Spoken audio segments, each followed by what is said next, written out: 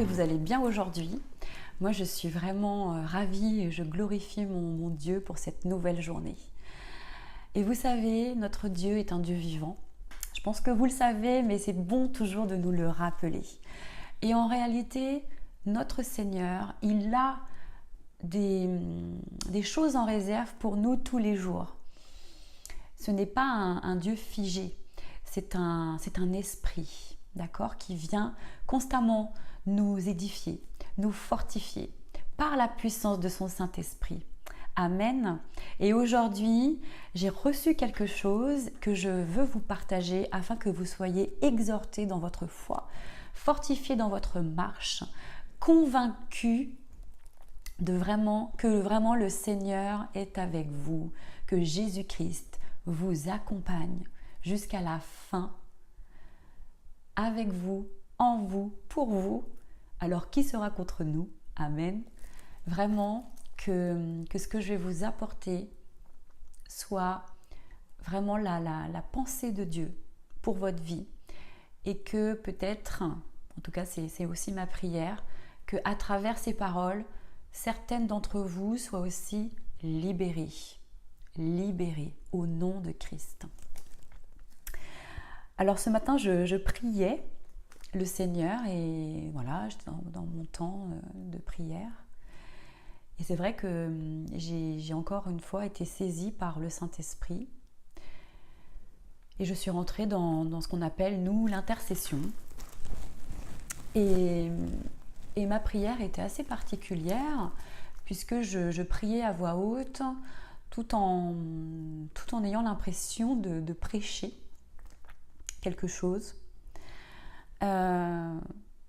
Et j'ai compris que voilà, ce message, bien évidemment, s'adressait à moi en premier lieu, mais que aussi j'étais amenée à le partager. Alors voilà, c'est ce que je fais tout bonnement dans l'obéissance, encore une fois. Et le thème, c'était l'amour. Alors vous allez me dire, oui, l'amour, c'est encore un thème, bon, voilà, on a l'habitude de ce thème, mais c'était vraiment très profond.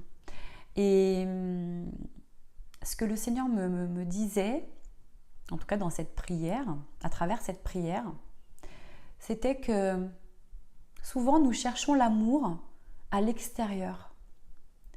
La plupart d'entre nous ont été tellement écorchés dans l'amour que nous avons finalement une piètre image de nous-mêmes, pour ne pas dire souvent malheureusement un mépris de soi, de nous.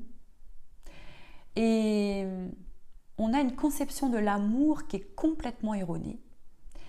Ce qui fait que nous cherchons bon an, mal an, l'amour. Alors nous savons que notre Seigneur Jésus-Christ est l'amour incarné. On le sait.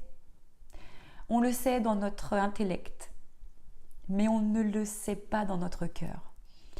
Et c'est vrai que pour ma part, j'ai été écorchée. J'ai été très écorchée dans cet amour.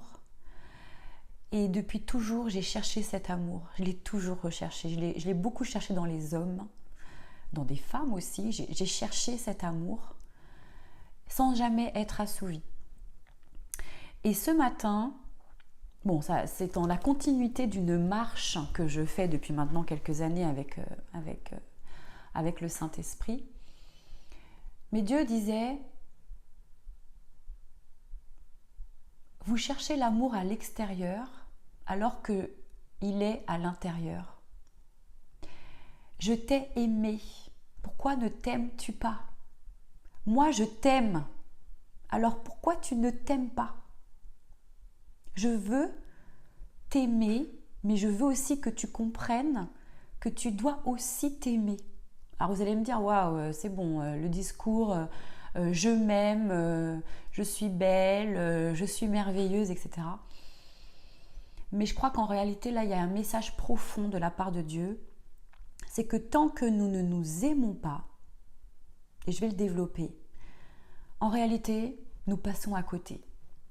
Et on pourra dire tout ce qu'on veut, mais Jésus-Christ, qui est amour, qui est l'amour parfait, lui, il nous aime et il t'aime. Et en réalité, si nous ne nous aimons pas, nous ne pouvons pas comprendre la grandeur de l'amour de Christ. Et en fait, ça m'a vraiment interpellée parce que quelque part, en ne nous aimant pas, je vais aller un peu loin, mais c'est comme si quelque part nous nous méprisions. Et du coup, de fait, on méprise les autres. En fait, on place Jésus-Christ en dehors de l'homme, parce qu'effectivement, on a souvent été blessé par les hommes. Quand je dis homme, ça englobe l'humanité tout entière. Je parle aux femmes, mais voilà, c'est dans notre humanité que j'utilise le mot homme, ou l'humain si vous préférez. Mais en fait, le message fondamental de Christ, il est là. C'est que lui, il aime sa créature. Et toi, tu es la créature du Dieu vivant. Et encore plus fort, il a décidé d'établir son royaume avec toi et en toi, puisqu'il a élu domicile en toi. Est-ce que tu penses que si Jésus-Christ ne t'aimait pas d'un amour tellement profond et puissant, il aurait élu domicile en toi? Ça fait réfléchir. C'est-à-dire que nous avons été souvent éduqués dans une société de culture chrétienne où on nous a tambourinés, et encore aujourd'hui, que nous devons effectivement placer Christ en premier. Là-dessus, il n'y a pas de souci. Mais que du coup, nous devons aimer les autres. Nous devons faire abnégation de soi. Tout ça, ce sont des choses vraies. Et donc, quelque part, si on s'aime trop, on devient égoïste, individualiste, etc. Et que donc, il n'est pas bon, le message un peu, c'est ça. Il n'est pas bon de trop s'aimer parce que, voilà. Et effectivement, on ne parle pas d'un amour égoïste. On ne parle pas de quelque chose où on va aimer notre orgueil, où on va aimer... on va s'aimer pour obtenir une gloire quelconque. C'est-à-dire qu'en fait, il y a un mélange de toutes ces choses qui fait qu'aujourd'hui, presque, on s'est coupé de nous pour tenter d'aimer l'autre. Mais en réalité, on n'y arrive pas. On aime l'autre charnellement, mais donc évidemment, c'est complètement limité. C'est que je t'aime quand tu me plais, mais dès que tu fais quelque chose qui ne me convient pas, je t'aime plus. Mais en réalité, ce sont toutes nos blessures, toutes nos frustrations, tous nos manques d'amour qui s'expriment à travers ça. C'est un amour blessé.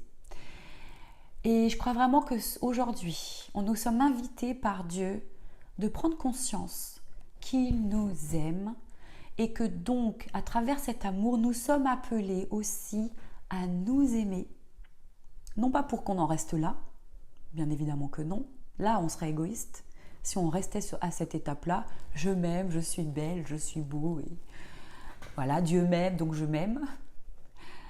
Mais c'est à travers le développement de cet amour pour nous, en nous, à travers les yeux de Jésus-Christ, en nous et pour nous, que nous allons pouvoir enfin aimer les autres, non pas avec des lunettes écorchées, rayées, abîmées, mais avec la vision réelle de Christ en nous. Et c'est là qu'on va pouvoir faire la différence. Waouh! Le Seigneur disait, je t'aime. Pourquoi est-ce que toi, tu ne t'aimes pas? Pourquoi ne t'aimes-tu pas? Pourquoi te méprises-tu à ce point que tu cherches désespérément ailleurs quelque chose que je t'ai déjà donné? Je t'aime d'un amour fou. Je t'aime. Regarde jusqu'où j'ai été par amour pour toi. Je t'aime. Pourquoi ne t'aimes-tu pas? Il faut que tu puisses t'aimer pour aimer les autres. C'est pas de l'égoïsme, c'est simplement que en nous, il doit y avoir une restauration dans l'amour pour que ensuite l'amour que nous allons témoigner aux autres soit un amour pas parfait parce que nous ne serons jamais parfaits, mais en tous les cas purifié par l'œuvre de Christ en nous. Amen. Alléluia. Il y a vraiment une exhortation de Dieu dans ce sens. Christ n'a pas élu domicile en toi par son Saint-Esprit pour que tu te méprises. Parce qu'en te méprisant, tu méprises les autres, tu méprises les hommes. Et donc tu méprises Dieu d'une certaine manière. Il est important, et maintenant je crois vraiment qu'il y a un appel de Dieu, un soupir pour que ses enfants, pour que ses filles rentrent pleinement dans cette manifestation de l'amour. Et quand cette prière s'est terminée, mon mari m'a appelée. Et on échangeait et il me dit qu'il a été touché par un message et qui s'appuyait sur Éphésiens 3.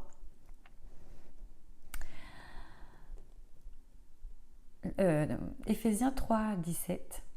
Et moi, je vais le prendre depuis le verset 16.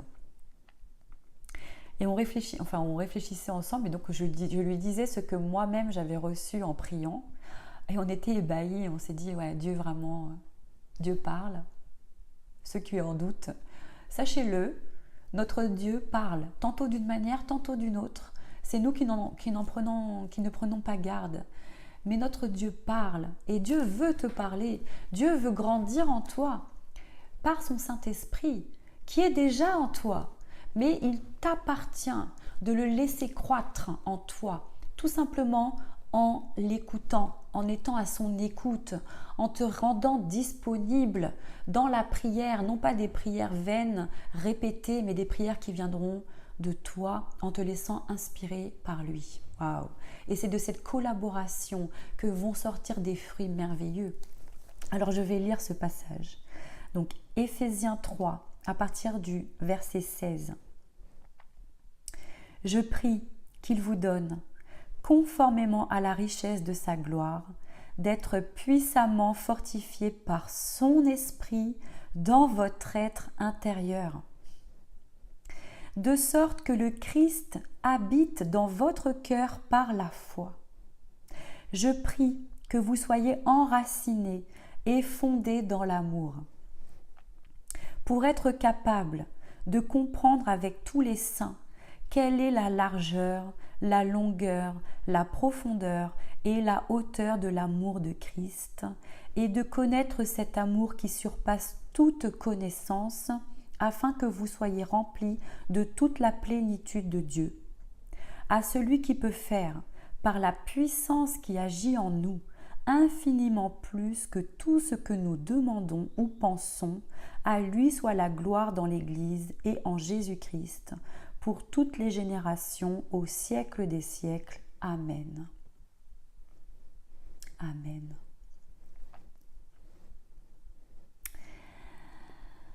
On va reprendre le verset 16.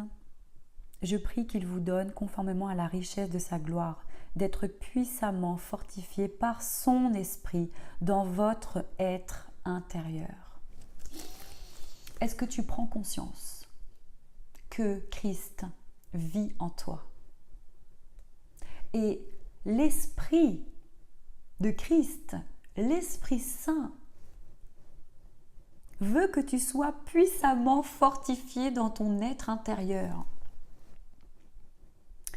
afin que le Christ habite dans ton cœur par la foi. Est-ce que tu crois cela? Est-ce que tu crois que Christ vit en toi, mais qu'il veut aussi habiter dans ton cœur?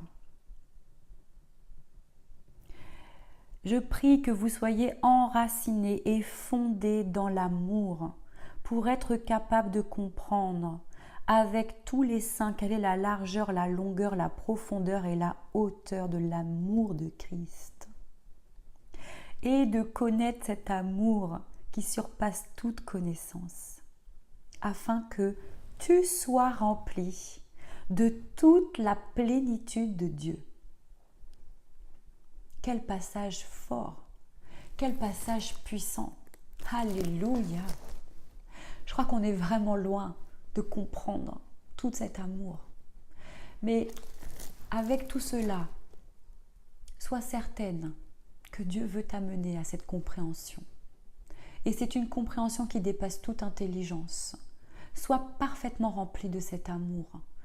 Et d'abord, fais tomber les barrières qui t'empêchent de te voir avec les yeux du Seigneur. Il t'aime, alors aime-toi. Aime-toi non pas, comme je l'ai dit, dans cette motivation égoïste, mais pour être restauré, pour que tu te laisses pleinement restaurer. Parce que tu as en toi un trésor. Et je crois qu'il est temps maintenant que les filles de l'Éternel puissent aller déterrer ce trésor que Dieu a déposé. Alléluia. Mais ça passe d'abord par un chemin intérieur. Christ en toi, Christ en toi, Christ en toi qui t'aime et qui veut que tu t'aimes tel que lui t'aime. Amen. Pour que tu puisses ensuite aimer les autres, non pas avec ta nature écorchée, avec ta vieille nature, mais avec cette nature, cette nouvelle nature restaurée dans l'amour. Alléluia, je vais prier pour toi, ma sœur, que vraiment Christ se révèle puissamment à toi, que vraiment cette vérité te soit révélée, cet amour te soit révélé, tout cet amour qu'il a pour toi, qu'il te soit révélé et que tu puisses rentrer dans ces plans merveilleux d'amour tels que lui te voit, afin que vraiment ton être intérieur soit restauré. Alléluia. Non pas pour garder ça de manière égoïste pour toi, mais pour qu'ensuite tu puisses être aussi utilisé comme un témoin d'amour, comme une ambassadrice de Christ, fondée et enracinée dans cet amour profond, puissant, qui surpasse tout entendement humain. Amen. Je te bénis dans le nom du Seigneur Jésus-Christ et je te dis à très bientôt pour une nouvelle vidéo. Bye bye.